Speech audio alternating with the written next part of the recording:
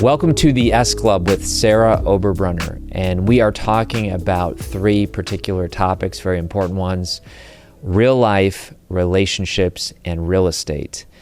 I'm her brother, Carrie Oberbrunner, and I have the opportunity to interview Sarah on these first few episodes as we frame this important topic. We're thrilled that you're joining us today. Sarah, it's great to chat about relationships, and you've always put relationships as first and foremost, whether you were at Victoria's Secret, your real estate before your breakthrough, and now after. And by the way, if people are just tuning in, I really encourage them to go back to the very beginning, because you shared kind of that breakthrough story in 2019. But specifically on relationships, when you first started out in business, in any business, aren't you kind of just taking anyone who comes to you? Yeah, I would say when you're first starting out. I worked with any and every client who raised their hand and said yes. And a lot of times it was me chasing clients to work with me. Yeah. Where I was more pursuing them versus them coming to me. Yeah. Well, I think that's normal. I've been an entrepreneur now for well over a decade, and really a side hustle for the last 20 years. But in the beginning, you're trying to make the dream work. And so anybody who essentially says, I might be interested, you start kind of going after them. I think that that's not a bad place to start, but some people never make the jump into the right fit client. Why do you think the right fit client is actually serving the client and putting them first? Because some people might hear this and they might think, well, gee, do I not qualify? Or, she's not going to take me. But why do you think it's actually serving a client better to make sure that they're a right fit? I think it allows me to show up better for my clients.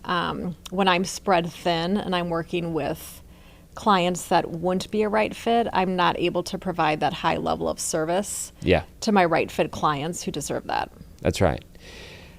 I think you could probably do more for the right fit client too. Like you're saying, one is because of your energy level, but don't you think that if somebody comes to you and they're a right fit client, you can maybe get them better showings or the better house because you have qualified them? Yeah, I would say our experience tends to be better, when I'm working with clients who are right fit. Yeah. An important thing for me is just making sure that clients have realistic expectations. So that's one thing that I look for. And I don't think I used to look for that before. And sometimes the home buying or selling journey wouldn't go as smooth. Yeah. Because I was afraid to set expectations in the beginning. Yeah. So if some clients like, I want a castle and my budget's $10, there's going to be a problem there. Better to have that conversation on the front end than you waste their time and they waste your time. I could see that. Okay, so we have a coach, Dan Sullivan, who wrote a book called Always Be the Buyer. And it sounds to me like when you were chasing clients in the beginning that you were the seller. You were trying to sell them on the idea of working with you. Is that kind of where you landed? Yeah, I mean, it was exhausting too, now that I think about it, how much more energy I have in my business because I'm not the seller. Yeah. So I think there's a lot of business owners who are going to watch this and be and kind of be like, how do you become the buyer? I think Nike has become the buyer. And in other words, athletes are essentially saying, I hope Nike picks me. Versus the opposite, where a new shoe company who has zero athletes might be chasing the athletes. There's a great movie with Matt Damon that talks about the Jordan story. I think it's called Air. But Jordan was being pursued by everyone. He was the buyer. What happens in your own business cycle to become the buyer? Like, is it reputation? Do you have to reach a certain level of success? Like, where do you see that threshold, or was it just I'm no longer taking anybody?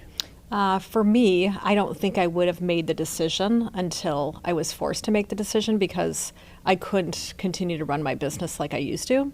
You couldn't take everyone Yeah. just simply because there's not enough hours in a day. Correct, and I was burning myself out. So Yeah. for me, it was almost a pain point that caused me to get to Yeah, that level. I like that. Yeah, and in my own, I made a choice to only work with right fit clients really back in about 2019 too. I think COVID kind of made that true for a lot of businesses where they had to say, we're either going to fold or we're going to have to do things differently. There's people watching now, and I know we're talking about relationships. You've also done a lot of study on, what's her name, Lisa? Turkhurst. Yeah. And she has essentially written books and given content about boundaries and even having the right relationships. So it sounds like she's almost talking about being the buyer in relationships too. What are some boundaries that you look for that are right fit clients? I know expectations, you said. What else? Yeah, I would say before too, how I viewed boundaries was more keeping people out or saying no. And once I read Lisa's definition of boundaries, it just really resonated with me. And she says it's something like boundaries allow me to love other people well without losing the best of who I am. Interesting. So a mom or dad who says yes to everything, we even look at that and we say that's not good parenting because you're spoiling a kid. So in other words, kids want boundaries. Everybody wants boundaries. I feel like boundaries actually attract the right clients. Yeah, I would say before, I wasn't attracted to people who had boundaries. Yeah. But now that I have that different definition and I know what boundaries have done for me, Yeah. if I'm working with somebody or thinking about partnering with, a client that doesn't have boundaries, I become less attracted to them now. Yeah. I even think it makes sense though, because in my business we run books, and I'll have clients start texting me details about their book, and I have to put a boundary down that says, please put that in our client portal because I know that I'll miss it. You know what I'm saying? Yeah. So your tight boundaries, your clear boundaries, you becoming the buyer actually allows you to deliver more service, more value. Interesting. And I would say when I set up a consultation first before I work with a client, and they may be looking if I'm a right fit, but I'm also looking to make sure they're a right fit for me. That's good. So you're interviewing the client just as much as they're interviewing you. That's cool. And I don't think I'm afraid. I have no fear anymore of just letting somebody know if I don't think we're going to be a right fit. Yeah. And usually when I've made that call, it served me well. I remember with my you and gut. I had a chat, remember around Christmas time this past year, where I called you and I said, there is a author that is not a right fit. And I told her she wasn't the right fit. And then I think you predicted it, but it's true. Sometimes people come back stronger. Yeah, they want you more. And then you really have to stick to your guns, because if your gut's already saying no and you're in the dating period and you're already seeing massive red flags, if you say yes, you'll end up really hurting your other business prime clients because you can't give your best to them. Yeah, I would say one of my boundaries that I have would be if I start to get anxiety and I am not even working with a client yet, they're not a good fit. Yeah, your gut says. It says no. And, some other things too would be, it seems like in my industry that it's acceptable to have to work like 24 hours a day and be available. So even with other agents, I have to let them know that I'm checking out at 6:30. And if they would like to have a conversation before then, to give me a call. But otherwise, I won't be answering my phone after a specific time. Yeah. And you don't think it's hurt you. You think it's actually helped. Absolutely, because I'm the first person they're going to call then with questions. Ah. Because I'm checking out at 6:30. It's almost like a Chick-fil-A thing where Chick-fil-A is running circles around other businesses because people know they're closed on Sunday. So rather than, oh, I can just go to McDonald's or Arby's anytime. Oh, there's Chick-fil-A. Better go there. So it almost creates a true scarcity. Yeah. Wow, that's cool.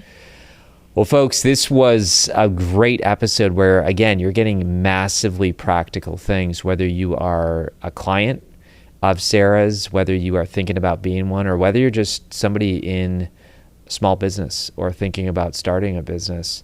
You're getting massive tips here. So, Sarah, I'm going to ask you the same question that we closed with every episode, and that is that if we were having this chat 3 years from now, what would need to happen personally and professionally in the area of relationships for you to feel happy about your success? Professionally, for me, it would be working over the next year with 45 right fit clients with their real estate needs. Gotcha. So rather than 4,500 or 450, it's the right 45. And what will that do for them and you? That will allow me to provide a higher level of service for them. Gotcha. And that will allow me to be able to stay engaged. Perfect. Well, thanks for listening to the S Club. We are going to stick on off camera just for the encore part where, again, members of the S Club who are part of Sarah's private client real estate club will be able to get a special extra training.